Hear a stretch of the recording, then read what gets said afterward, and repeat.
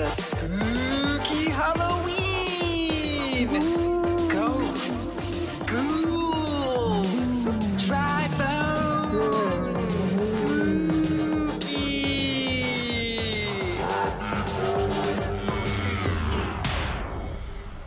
Hi, everybody. Hi, everybody. It's Kim. And it's Emily. And this is the Confidently Controversial podcast. New edition, new form, new something. This is our final spooky episode. Yay. For October. We've been covering, all different scary all movies. All the hits throughout the month. It's been wonderful, and we really wanted to cap it off with something special. So we did something a little bit out of our comfort zone. A little bit. A lot. A lot. Very much a lot Sure. out of our comfort zone. So what we did was we reached out to someone who lives in our area who has a background in film and has been in some kind of cult classic. Yeah, he's been an actor for a long time. And then, we were aware that he moved to our area and has been doing a lot of progressive things in our community. So we knew him from that and had this idea to kind of connect with him and see if he would be interested on being in the podcast. So Emily contacted Will Keenan. Yes, I did. And one thing led to another. And next thing you know, yada, yada, yada, we were doing the podcast at a local movie theater, the Harbor Square Movie Theater, which is the movie theater that Kim and I grew up going to. Yes.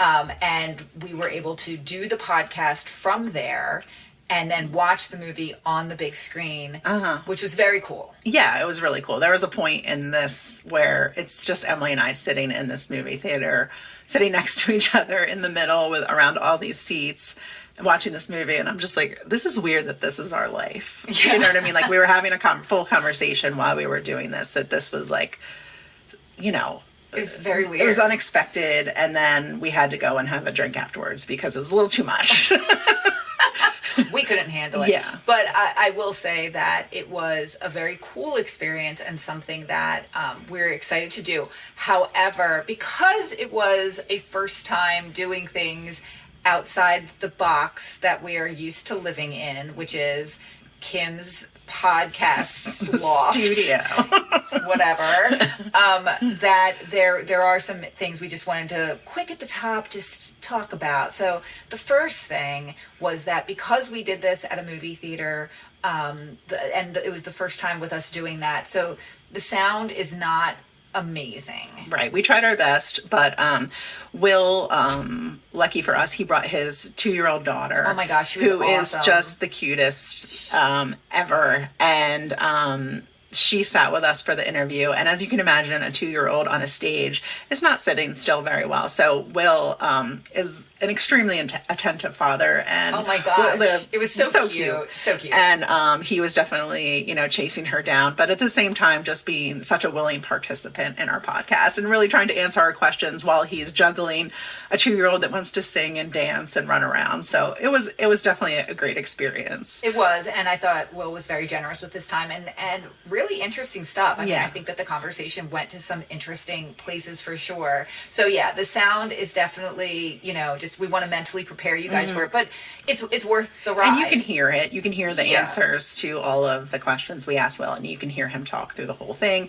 And just so everyone knows, we watched the movie without him because he was on Alwyn duty. He stepped out so that we could watch the movie, and he just really hung out and waited for us to finish watching the movie, which again, super gracious, super kind. I mean, just to sit there for 2 hours while 2 other people watch a movie, so you can come back and talk about it, was pretty awesome. Yeah, and I also, I think from the top we should also thank Jen Hassan at this Harbor Movie Theater, definitely. Also, she knows Will, so that was kind of the connection there, but it was great to get to know her, and because of that connection, this is something that we're going to continue to do for future episodes, some live podcasts, and we'll get the sound down. This was our first time trying, but it was definitely a different thing, but such a cool experience to be able to watch a movie like this. And we watched, I don't think we've said it yet, but you've probably seen, we watched the movie Terror Firmer. Yeah, we did. And Emily talks a little bit about it,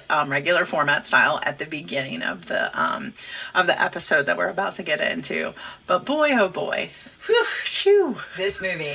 It's it's from the 90s, and we definitely talk more about it, and I wish we had even more time to talk about it during the interview, but it's a movie that's an independent film of its era, which was the 90s, and we talk a lot in the interview about how it really did at the time, that was it was experimental, and it was doing kind of pushing the edge of things. And definitely making commentary about life in the 90s, I think. Very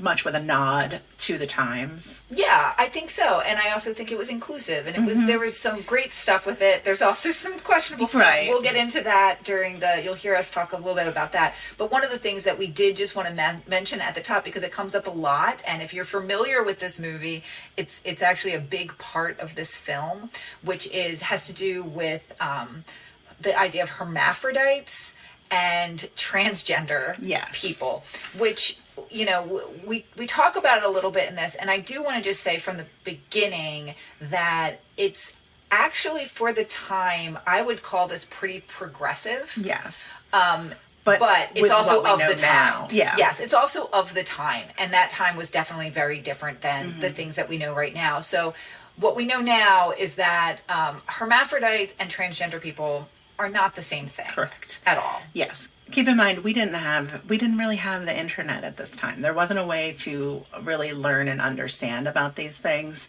unless you knew someone. So I think that I think that is very much what was happening at the time. And I think that we're all still learning, what these different words mean and what the proper naming conventions should be and Absolutely. Things like that. So we just want to put it out there. We understand that hermaphrodites and transgender people are not the same. That I believe the correct term for hermaphrodite is intersex, because from my limited reading, hermaphrodite's not a thing that happens in humans. So we're definitely trying to learn, and we know that the people making this film didn't mean any ill intent with it. Well, and that's the thing that I think is so great about a film like this, is that the people who are in this film are of that world, right, in a lot of ways. So there's a lot of representation in the actors and actresses starring in this movie, across the board. Oh my gosh, absolutely. I mean, that was one of the things, and we'll talk about that for sure in the interview, but we just wanted from the top to say,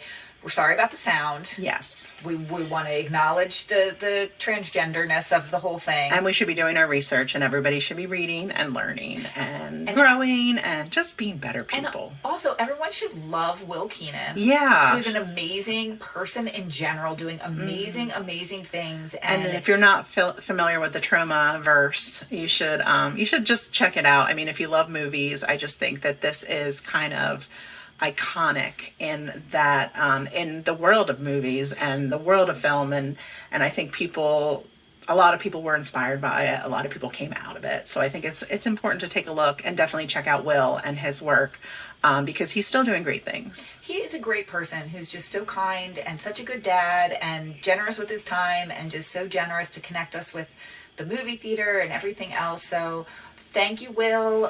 Thank you, Troma. Thank you, Harbor Square Theater. And like we said, we really hope to be doing more of these in the future. We're going to work on the sound. We have people working day and night to fix our sound. Gosh, a whole team of people are advising us. Sure. They're putting chords together. Yeah, I don't know what they're doing, but they're trying to help us because we don't know what we're talking about. Half the time. But we do know this. We love you guys, and we're so excited you're here, and we hope you enjoy this episode. Enjoy the pod. Confidently controversial. Hello, everyone, and welcome to Confidently Controversial. We're not going to say it together. We're not going to say it together. No, we decided that we're not saying it together. Together. Well, as you've already probably heard by now. Oops, I ruined it. You're good. So this episode's a little bit different. First of all, it's still the show where we watch movies from the 80s and 90s, and we watch them with fresh eyes, although a little bit different there's many things different about today's episode. So many things. So many things are different about today's episode. The first thing that's different, I'm not in my pajamas at your house. Right. That's the first thing that's different. The second thing that's different is that we are watching a movie that neither of us have seen before. But we both know what it is. We both know what it is. Yeah. Usually one of us does not know. So we both know what the movie is. Today we're watching. We're both going to regret it.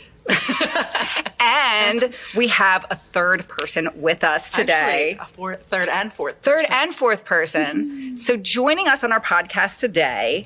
So I have a little bio that I wrote for you. Oh, dear.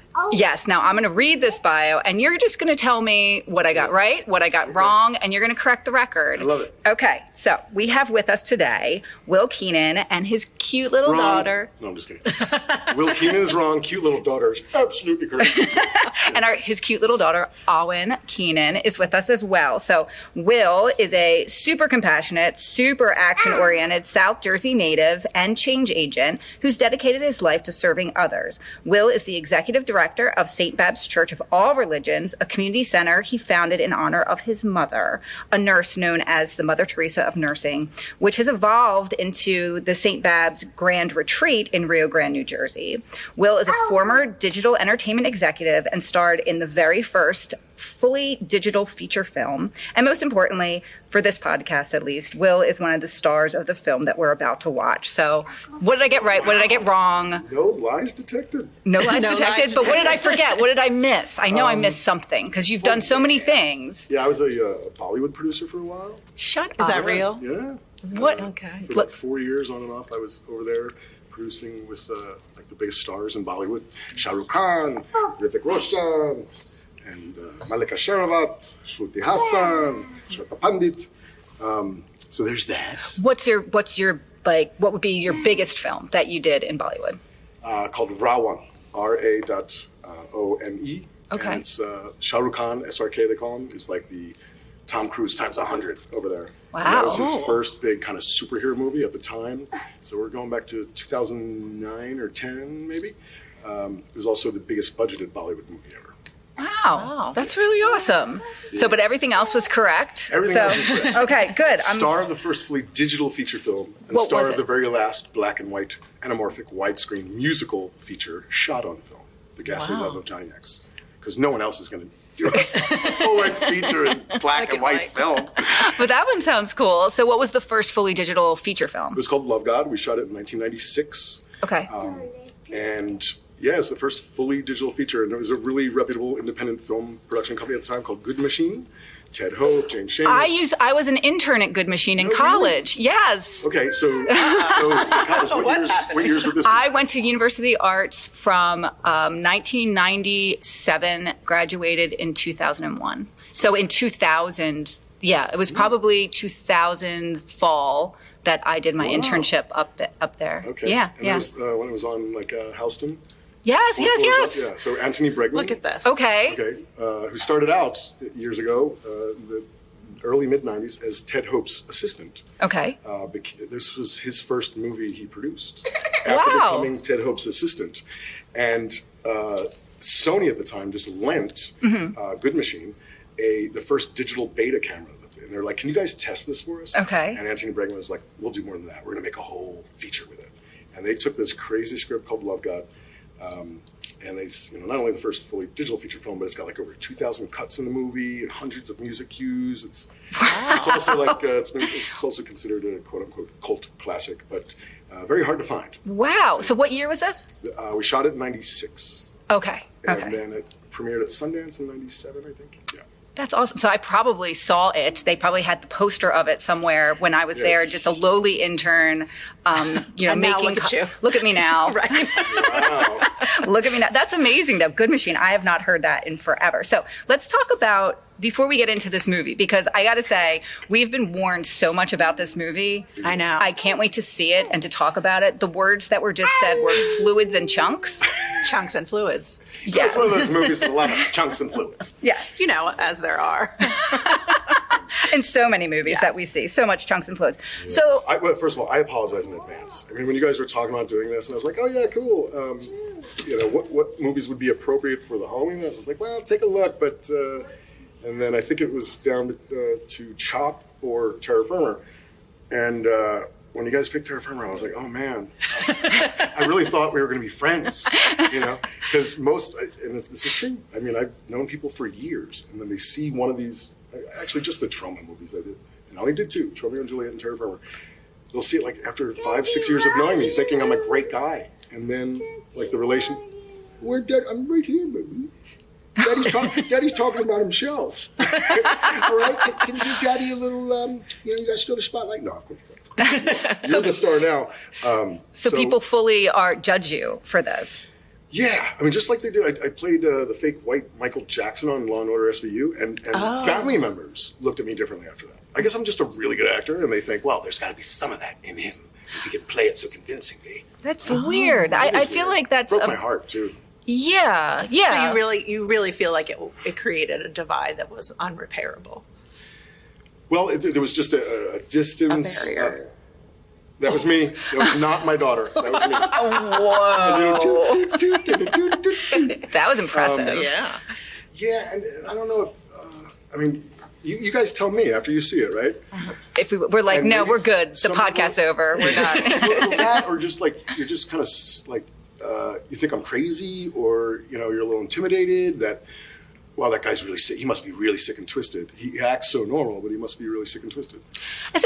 Well, that's something that people talk about a lot, is whether if you can separate the art from the artist. Because as an actor, to me, if I knew someone that was going to be in a movie, no matter what it was, I think that, first of all, that's very impressive. Sure. To be able to be in a movie is, how many people get to live that dream and are actors that are able to do that. So first of all, impressive. But then if the movie itself is something that maybe it's not appealing to you, it's still art, and it still takes so much to think of all it takes to make a movie. I think he's laughing at the fact you're calling this art. Well, no, I don't know. I can't tell. That's one of the themes of the movie is support independent cinema as art. Okay. So there are people who consider movies like this art. Definitely. Okay. I think what's the term for it though? There's like the John Waters something art. Oh, like the I don't know. Yeah. You're asking people that. That's what it is. Yeah, sure. We get later on when we edit this, we'll edit over top of it like very smart. We'll dub it in, and we'll sound so smart after the fact. There's definitely a lot of creativity. Sure. Well, let's Where talk. did this? Oh, I'm sorry. I have a question based off this. Kiki. Kiki, it's me. Where did this fall in your career? So when did you start acting, and where did this come up along the way in what you were working on? This was my third film. Okay. And third starring role. So right before I graduated at NYU, the week before graduation, I got cast as Romeo in Romeo and Juliet. Okay. And then right after that was the Good Machine movie. And then Lloyd Kaufman, Mr. Troma, called me in the spring of 1999. And he said, "Oh, hey, I got this, we're doing another movie, and I want you to play this role." It's the Jerry character you'll see in the movie. And I read the script, and it's kind of like, not many people go back to do a second Troma movie. It's like going to war, all right?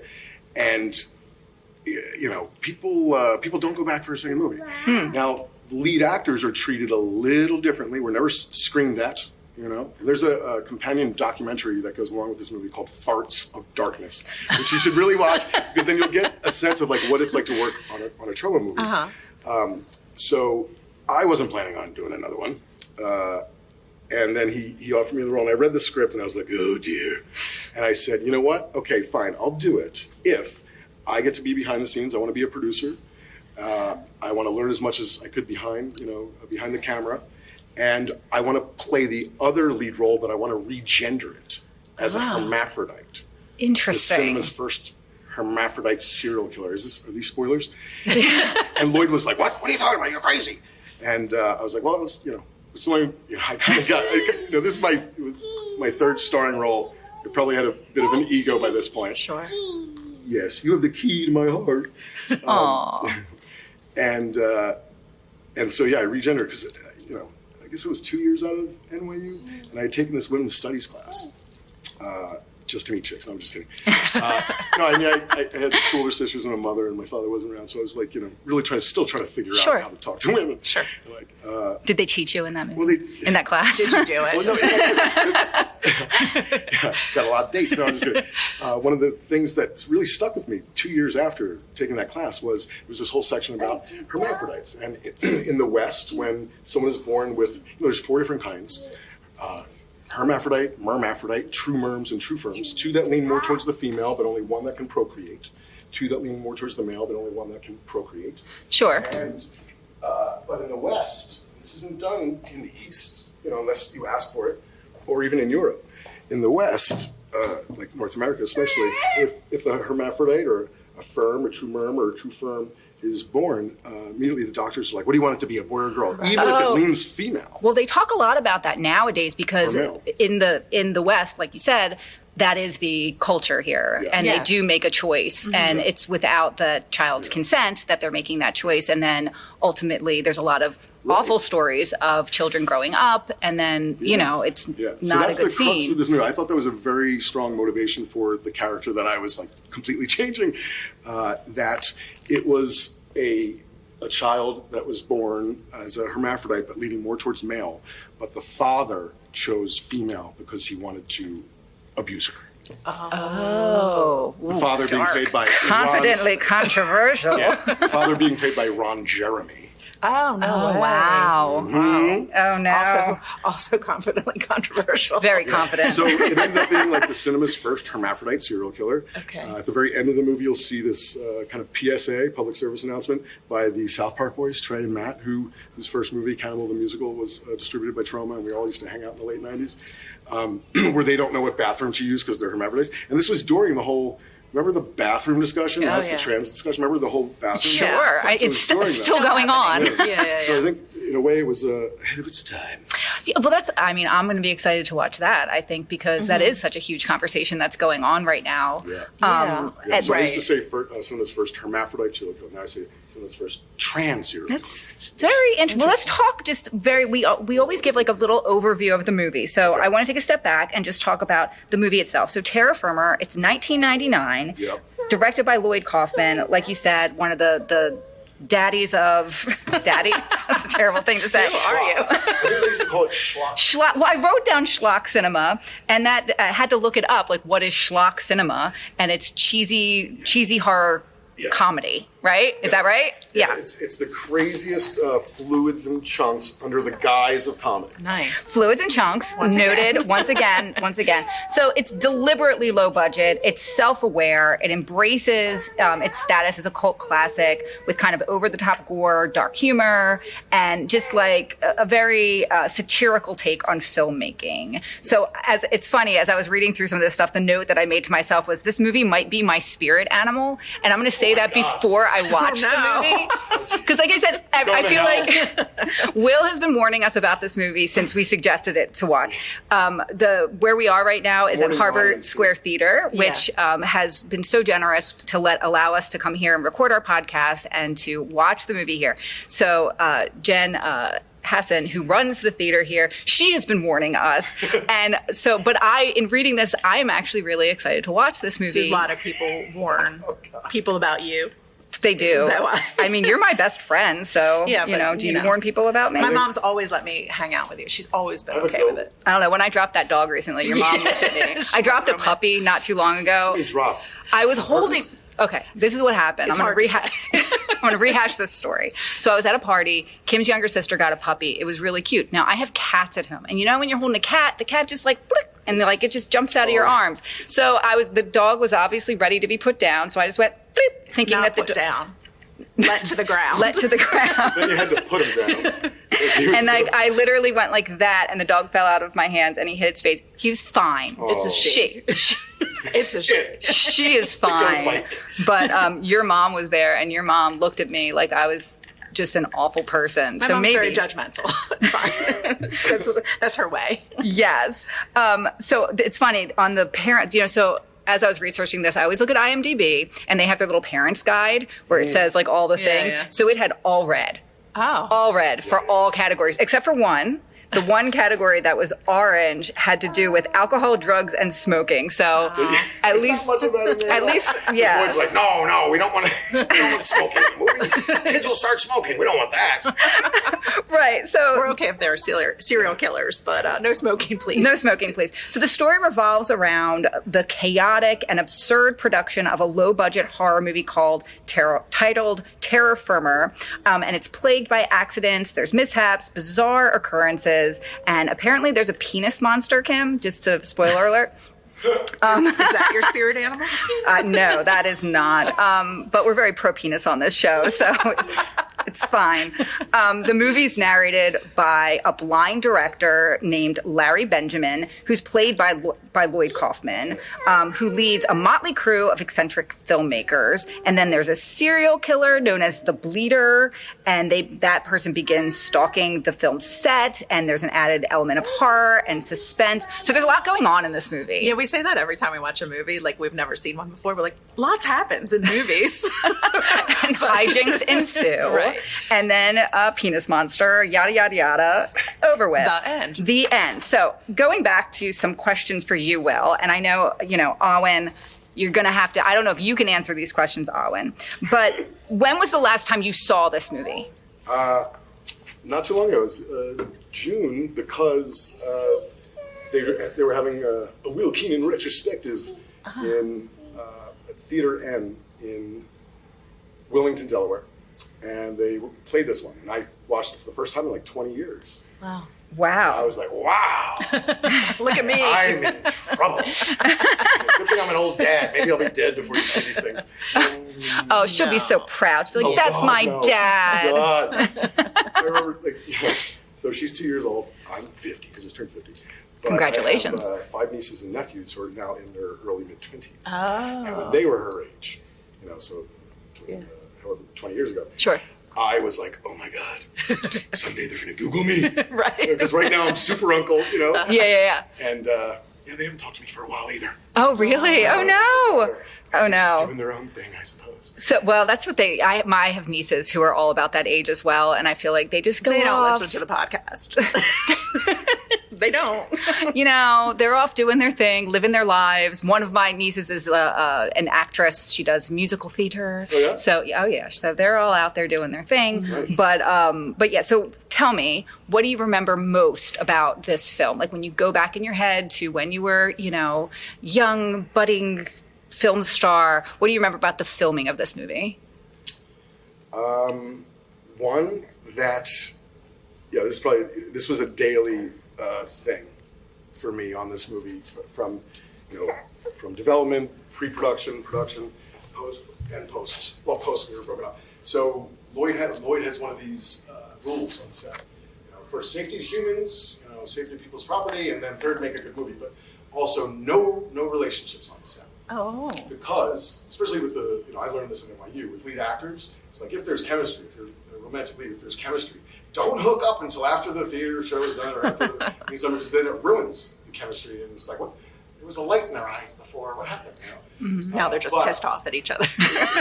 with crew, even if it's below the line crew, above the line crew, Lloyd was like, no relationships on set. So when I I said to Lloyd, I'll do it under these conditions, and he said yes. Eventually, I was also the casting director, and I was hiring all the above line crew.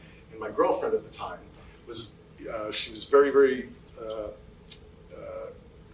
very interested in being a production designer. Okay. She had been doing the windows at Barney's and Ralph Lauren for years, and she wanted to do it. I was like, no, you don't want to this movie. No, you don't want to do it. You don't want to. And she pretty much, and I was in love with her, and she was like, well, we may have a problem in our relationship if you don't get me this job. So I was like, all right, fine, but there's this rule, no relationships on set. I don't like to lie, so I was just like, we just gotta be cool. And then Lloyd heard early on, he's like, I hear you're dating her. You know the rule, no relationship on set. And I just think the first time I ever lied, last time I ever lied to him.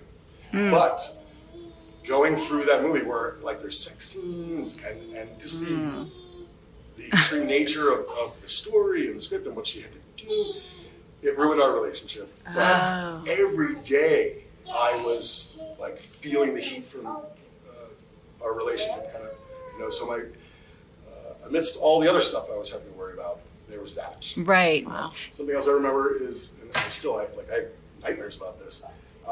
I had to have full body makeup. Okay. Because my character not only had all these, different genitals, which were Oh, special wow. makeup effects. Cannot wait. but I get burned in the end, so there was a full body burn makeup, and it took hours to apply, and the special makeup effects artist forgot to put on what's it called? The stuff that wouldn't make it stick to my skin. Oh, so no. when I tried to get up, it was the most excruciating. Oh my I gosh. had to go through a few scenes like that. That was crazy. Oh my gosh. Oh wow. Yeah, those were That's things. okay. So we don't have a lot. Do we have positive memories from this film? Do we have positive memories of film? Well, And if you don't, that's fine. I'm I good. I was the lead actor. I was the casting director. I was one of the producers. I staged all the scenes. I was kind of like, Lloyd always takes on his right hand on a movie. Like Romeo and Juliet is James Gunn, who now runs DC Studios. He does Guardians of the Galaxy. So I wanted to be like the James Gunn of this movie and the star. So in the end, I was like, I can't believe I pulled that off. Yeah. And, what fans I have left say it's probably one of my best performances. That's great. I Awesome. mean, and I have to say, from the things that I read about this online, there are people who speak so highly of this film. I read several articles where they just talked about, if you're going to see a Troma film, this is the one to watch. Well, yeah. This is the pinnacle of all 'Cause Troma it's films. almost like Troma making a movie about itself. It's very self-referential, Right. but exaggerated. But there's a lot of truth in there. When you see what the crew goes through to make this movie, that is what Real, the crew goes yeah. through. Except, for the killings. Except for the kids. Except for the killings. Yeah, I mean, to me, it just seems amazing. And I also read that this movie was based on Lloyd Kaufman's book that he wrote, which was all I need to know about filmmaking. I learned from The Toxic Avenger. Loosely based. Loosely based. He wrote the book, his first book, about filmmaking. So a lot of, some of the things made it into the script, like, remember when this happened, remember when that happened. But at the same time, he likes to connect everything as far as his branding. Like you guys mentioned the penis monster a few times. Sure. That was in Romeo and Juliet, but it's appeared in every Troma movie since. Okay. Right, and that's the thing. Yeah, that's the thing that I read about it as well. Is that Troma really rewards fans. Yes. Right, which I love. I love that when film does Troma that. You love an fans are Easter some of egg. the- I love an Easter egg. You've talked about but I this don't love before. Easter. It's Or not eggs. I do like an egg. Okay, but not Easter. But anyway, yeah, I'm excited, really excited to watch it. Last question before we are going to do this. We're going to watch this movie. Yeah. But the last, it's going to happen. I think you guys are going to have to stop. And you're like, I don't know if we can go through it. Well, that's Challenge my accepted. Well, I got to be honest. I know. Yeah, you don't know us. It's going to be like Paco. Right. I have to keep watching it. Yeah, you don't know that we can do this. But are we, honestly, are we going to be scarred for life after watching this movie? You very well could be. Seriously. I mean, Okay. We'll probably think about it a lot after. If my suspicions are correct, Okay. that you've never seen anything like this, it is going to rattle you. Okay. Okay, and the images may stay with you. Maybe it's like long COVID. Okay, it might stick with you. Oh, shit. I mean, Sorry, Alwyn. we can talk about this after. But Yeah. I have this. Okay. The Troma fans, the Tromites, the Troma Army, some of the greatest people in the world, and I've known a lot of them for many, many years. But I do believe that, young brains are very impressionable. And if you see these kinds of movies too young, I think I don't know. I don't know what to say. I don't want the fans to get mad at me. Well, but that's what our podcast is really all about. We in our last episode, so all month this month, we've been doing horror films, which is why we reached out to you and why we wanted to do this movie. But, one of the movie that we watched last week was Poltergeist. And I watched that when I was 7 years old. And what I talked about a lot in the episode was how it really impacted me a lot. Right. And I do think that even as an adult, I still have trauma that's associated from watching a movie and seeing those images as a small kid. And that's the whole premise of the podcast that we do, is that these movies were all sold to us as this great thing, telling us good messages, or just watch this, it's not a big deal. And there's a lot of messaging in there that is problematic and probably messed us up. Well, good thing that because I could see you at 7 years of age watching that, right? Mm-hmm. But this is after, the added non-linear digital editing, so that there's many more cuts. And, something like this, many more extreme images. Okay. It can rewire the brain, I think, if you're too young to watch it. Okay. Well, we're 46 years young, so maybe it will rewire our brains in a good way. So let's go, Kim. Let's go watch this movie. I'm ready. All right, I'm ready. good luck. Thank you. I'm sorry. We're not. We're going to be good. We're gonna be good. Controversial.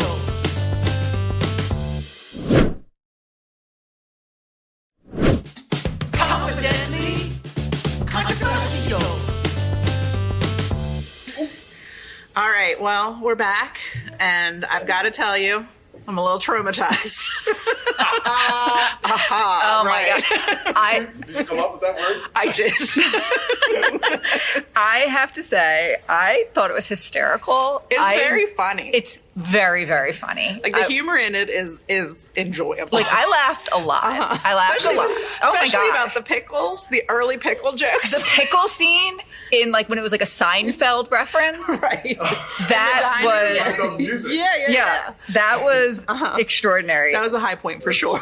Yeah, like so I don't feel it's definitely a thing that's not you shouldn't just go into it. I would have to No. say if you were just someone who was like, oh, let me see this movie. But it's not like other movies where you'd be like, oh, this is on TV today. This would never be on TV. It would never be on TV. No. But This has been on TV. it has. Has it? Yeah. When was it on TV? Yeah, it was on those Skinamax, Cinemax. Oh, yeah, late yeah. nights. Oh. Yeah, It was sure. on a couple of cable stations late night Yeah. through the early 2000s. So if Well, you it did- is a little porny. I mean, It's very porny. Not a little. Yeah. The programmers were like, no, it's just like, what do they call that? Softcore? Yeah. Oh yeah, sure. It's definitely that. I have to say, I thought a lot was funny. The stuff in the beginning with not just the pickle scene, but the Toddster. Yeah. Toddster was Yeah. really funny. On the frat party event. Yeah, but Right. but aside from it being okay, let's just talk about it as a movie.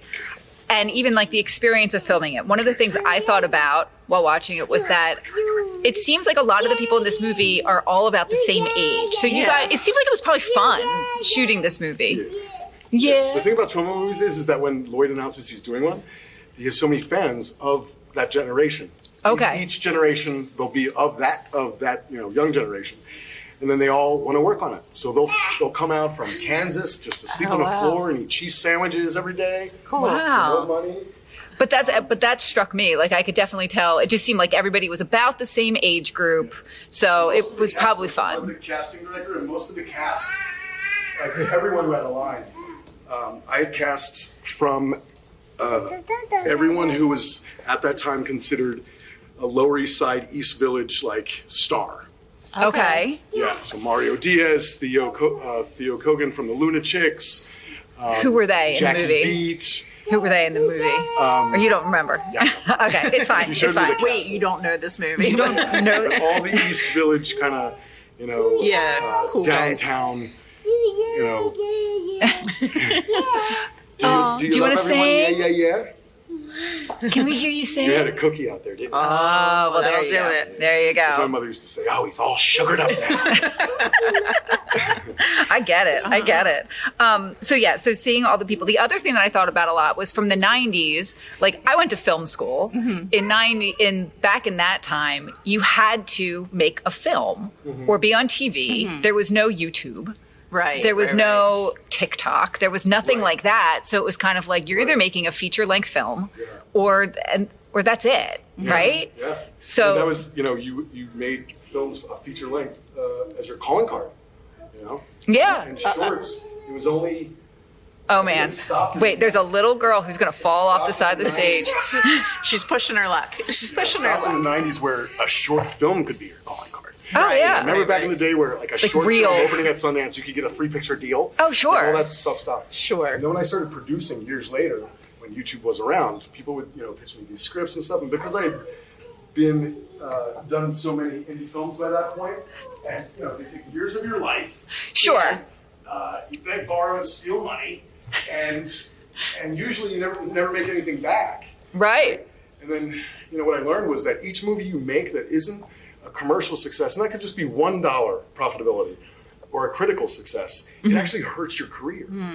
But people who either go to film school or, like, I didn't go to film school. Troma was my film school. Troma was a lot of people's film school. I'm sure. Including James Gunn. Well, I think they definitely were trying to make a commentary on that too in this movie, right? Like, save the independent film, save this work of art, save this genre. Right. But I think at the same time, it was like, they were talking about the difficulties of it and what are they working to preserve? Well, I just remember, like, there was that whole thing that they would talk about a lot back in the day where it was like, what people would like max out their credit cards making movies. Like, that was a very well-known thing that people would do all the time. And I just feel like young people coming up today probably don't have no concept of that, because you don't have to. You could be famous and make a ton of money and never have to make a film. Someone did get a 3-picture deal by making a YouTube video. I think this was like 10 years ago. But when I started producing and financing independent films, so especially because of my former career, a lot of these young indie filmmakers would come to me and give me their scripts, and I would read it, and I was brutal. Yeah. I'd be like, so what's your budget on this? Yeah. And then they would tell me, I was like, you should not make this for any more than $4,000. Right. And in fact, it's a YouTube video. Yeah. And they would be so upset. But I didn't want people to kind of I had so many friends that got stuck. Yeah. know? Yeah, I can imagine. They wanted to make movies that a lot of people saw, but oh no.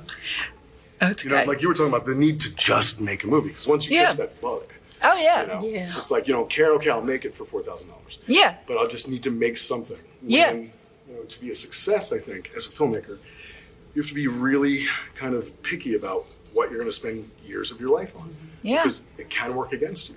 Yeah, sure. I can imagine. So did you go ahead? Okay. Do you feel like after doing 2 Troma movies, there was, you were attached, you had that trauma on you? I'm going to use it. I'm going to use it.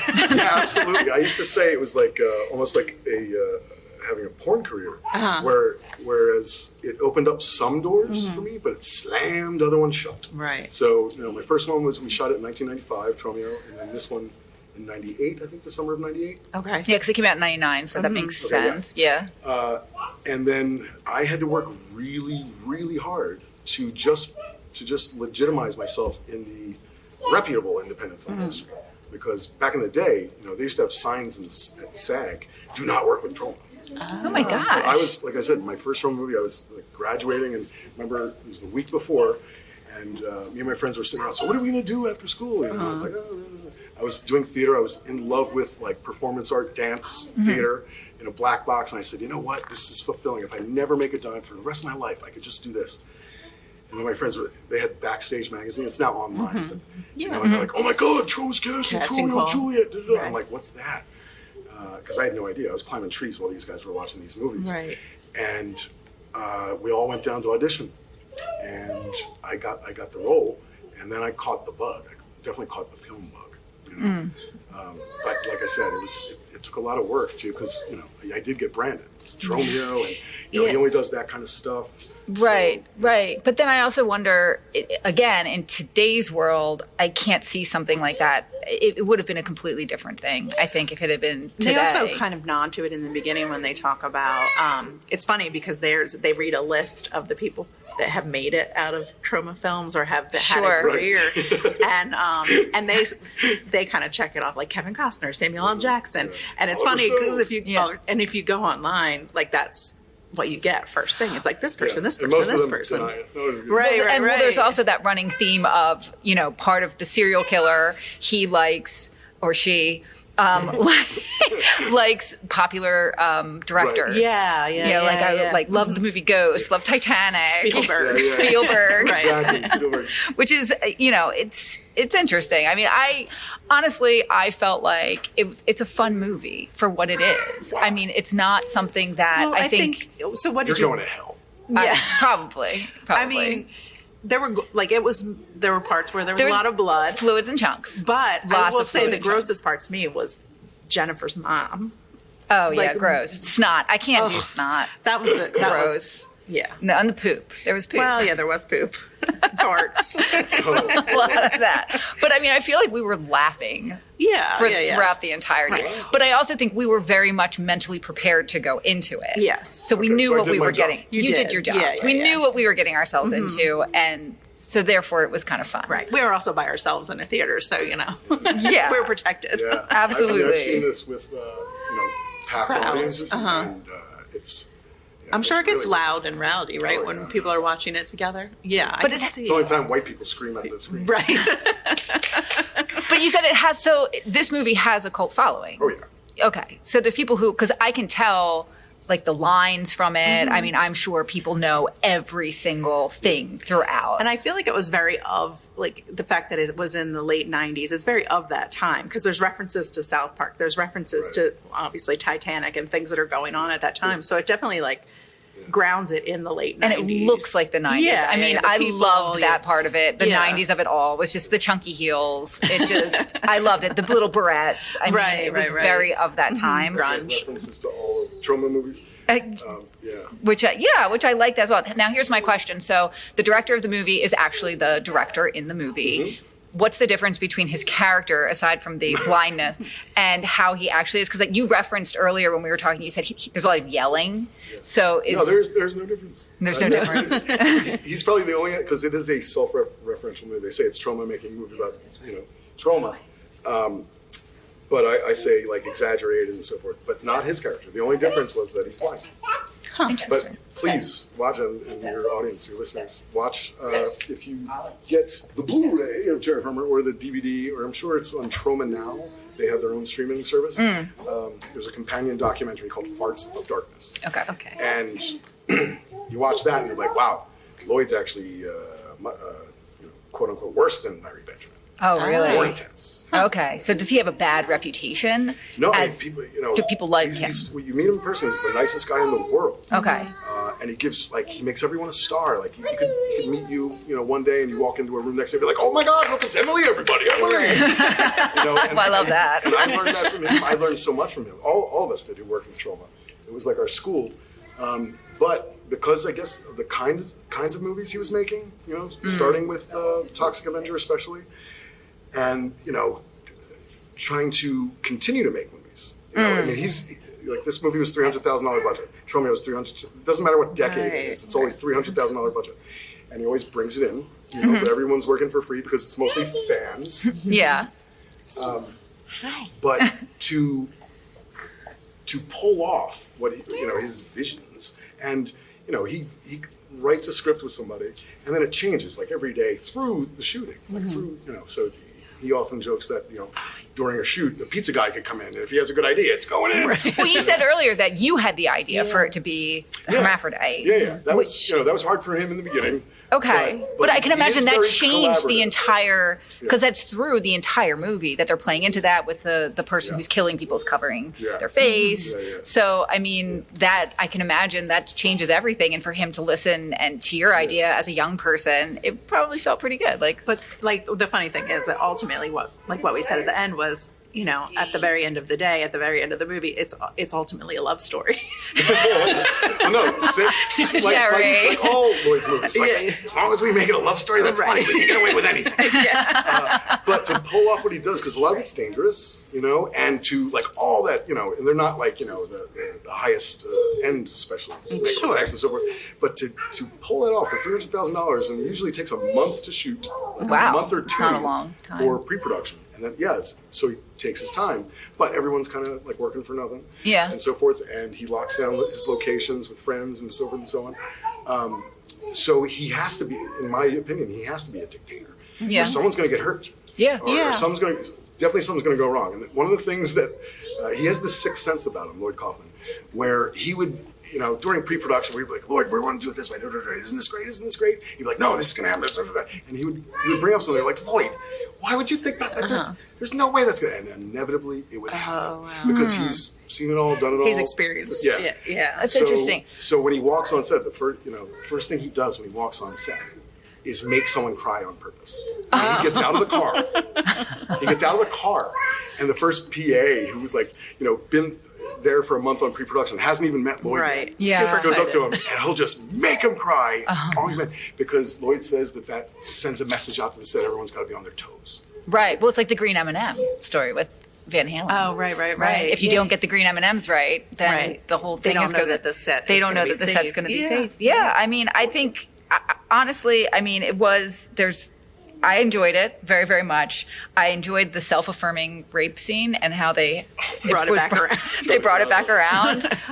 Which again, I mean, there is so much in this where I feel like an audience today could get their panties in a bunch, for a lack of a better term. But it is progressive in certain areas. Like it's the one you just progressive. mentioned. But I feel like watching it, you can't get. I can't imagine. It's like where you have the South Park guys at the end. I feel like the South Park guys get a pass in today's day and age. They don't get canceled because Right. people are kind of like, no, they understand what Well, they're I think saying. it's like they're pointing out the flaws in the Yeah. overall system. And I kind of feel like that's the same thing with this. You can't get If you try to mad get rid at of this it. kind of stuff without pointing stuff out about society, then it would never work. Right. And Lloyd's Right. always been like that. Right. Every one of his movies, Toxic Avenger. Yeah. But I think We know that's that's how you not get a fundamental. cult following. That's how you get people, because people feel like they're in on something, feel like they understand something more than other people do. And it's smart. It's Right, not. right. It's not Yeah, yeah, stupid. yeah. I mean, it's definitely, like you said, it's a low budget independent film. At the end of the day, when you're saying $300,000 and it's a film, like Yeah. it's got a Yeah, no one Blu-ray else for could make God's that sake. for $300,000. No. No, I mean, but and the Okay, other, question. Go ahead. Pasta sauce? Is that the blood? Pasta sauce? No, there's this special Troma recipe. It's like Okay. red food coloring dye, caro syrup, Okay. and something wrong. Well, there was some that looked like that, but there's chunky blood that I thought was ragu as well. Well, It's in there. It's in there. There are two different recipes. The blood that you work with, right? Like an actor, like you might get in your mouth or whatever. Yeah. It's the caro syrup, the red dye. Yeah, sure. Yeah. And then there's concoctions that. Yeah. I mean, it was fantastic. I really liked it. There were so many boobs. I really didn't expect to lots see of that boobs. many boobs. Oh, You there's could a good get- story there. You asked me before, like, what do I remember? Okay. As Boobs. casting Why would you director- forget? As casting director on this movie, when girls would come into audition who the role. Go ahead, Will. It's confidently controversial. With this. The role required. Role required. Lloyd told me that I had to bring them back on callbacks 4 times and get them naked 4 times in the casting room on camera Oh, no. No. before we would hire them. And I'd be like, why? He said, because he's done it for so long.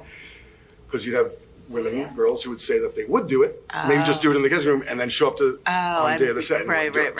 Right, So- right. You got to get them comfortable with the idea. Okay, but that's not casting couch. I'm guessing no big promises were made, Right, other right. than the fact that you're going to be in a Troma movie. That's right. So, Right. so there is a big difference Yeah, there, for sure. Yeah. So If they didn't know what they were getting into. Yeah. By the second callback. They know. yeah. Oh, I have to ask the guy who played Jerry. What was that guy in? Because he looked so familiar to me, and I was like So looking at IMDb, and I couldn't figure out what So else that I've was seen his him first in. movie. I get credit for discovering him. Nice. His name is Trent Haga. Okay. And he directed Chock, actually. Oh, So Trent okay. was a huge Troma fan, huge, cinephile. Okay.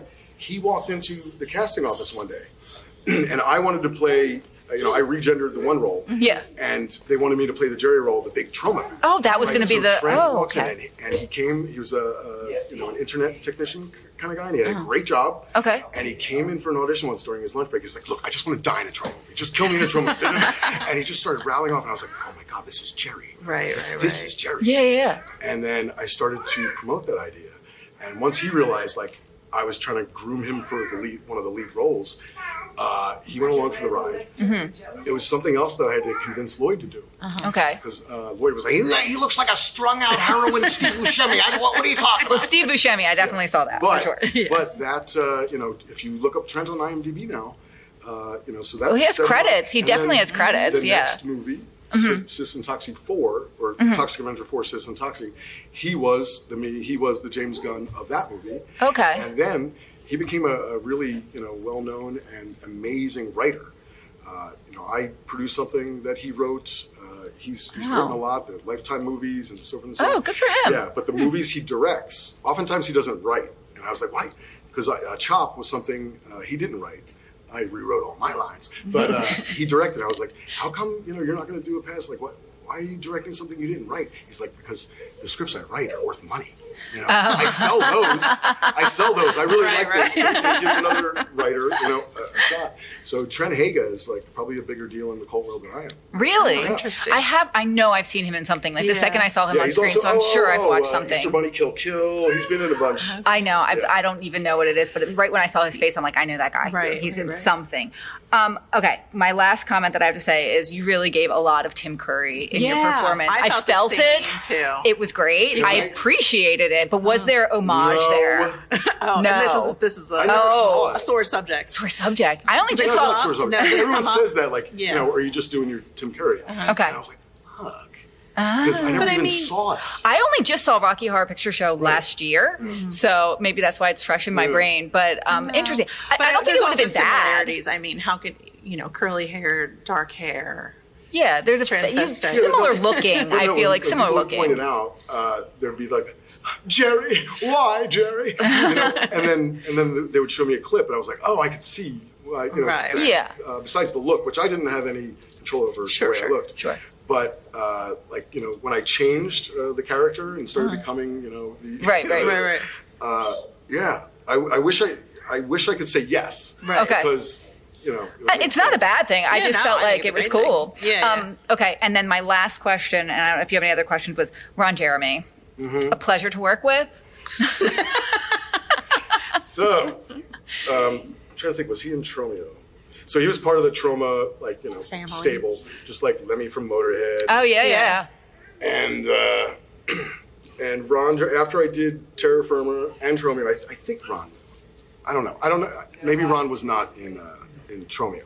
He was in Terra Firma, playing my father. By the way, when he's in the cage at the end and I feed him something, Yes, we saw that. it is a tofu It had version of his own member. Oh, good. no. True to form. But all I can say, and then I did this movie in Philadelphia right after Terra Firma in the year 2000 called Waiting. And they wanted Lloyd and Ron Jeremy in the movie. And they were just hiring me as the star, and they gave me an associate producer credit. And I was like, okay, and I made the deals. And so Ron was in it, and it was, whatever. But I have not had good experiences with it. Okay. Nor with Lemmy from Motorhead. Really? So with where Ron is now in life, Yeah. after being, I'm surprised it took that long. Right. Thank God for me too. Yeah. Yes. Absolutely. But Yeah. both he and Lemmy, there were times where I almost physically assaulted them Oh wow. because of things they were doing. Because it was obvious. The Well, problem. things they were doing. Right. Yeah. To people. Yeah. Ugh. Got it. Gross. Okay, well, we are just about done. Kim, did you have any other questions? No, I mean, this was amazing. This was amazing. So I do You got want your to, steps in today, Jen. Yeah. and we appreciate your time. We appreciate the Harbor Square Theater for letting us come in. Jen Hassan, ladies and gentlemen. Yay! Thank you so much. Anytime. Yeah, but certain times, but and we thank Alwyn for being here.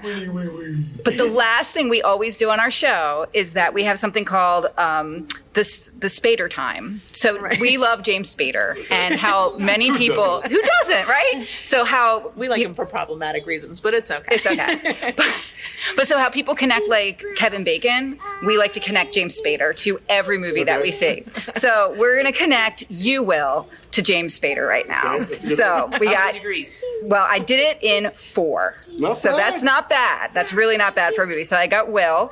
You were in Tromeo and Juliet with Sean Gunn. Yeah. Yes. Okay. Who was in Guardians of the Galaxy Right. with Kurt Russell. Sure. Who was in Oh. Stargate with Mr. James Spader. You did Well, that's So an I easy did one. it. Once, There you once you go. add a gun brother in there. Right. It was, oh yeah. Yeah, when I saw him, I was like, oh, I got it. I'm done. I got it. So thank you so much. Thank you very much, Thank Will. you. Thank you guys, and thank you everyone for listening. Yes. Confidently courageous to do this. That's right. Yes, don't forget to be confident. But not super controversial, because that's never good. Never good, but All this right. movie was. All right, thank you, everybody. Bye. Well, that was it. what? We really hope you guys enjoyed this episode, and we're looking forward to working with the Harbor Theater to do more just like this, live episodes. Kim, I just want to say, I think you're really cool for going outside your comfort zone with this one. Thanks. I think you're really cool too, Emily. And you know what? Congratulations on meeting a podcast goal, because I feel like you said we were going to do this and we did it. We did it. Woohoo! And also, it's the end of spooky month. Sad To see I know. go. Dry bones, no more. No but next more. year. Dry bones will live on forever. Dry bones will now become the dry leaves of November. That's correct. That's correct. All right. Well, thank you, everybody, and thank you for listening. And we'll be back next week for more Confidently Controversial. Don't forget to go to our website, confidentlycontroversial.com. Bye. Bye. Controversial.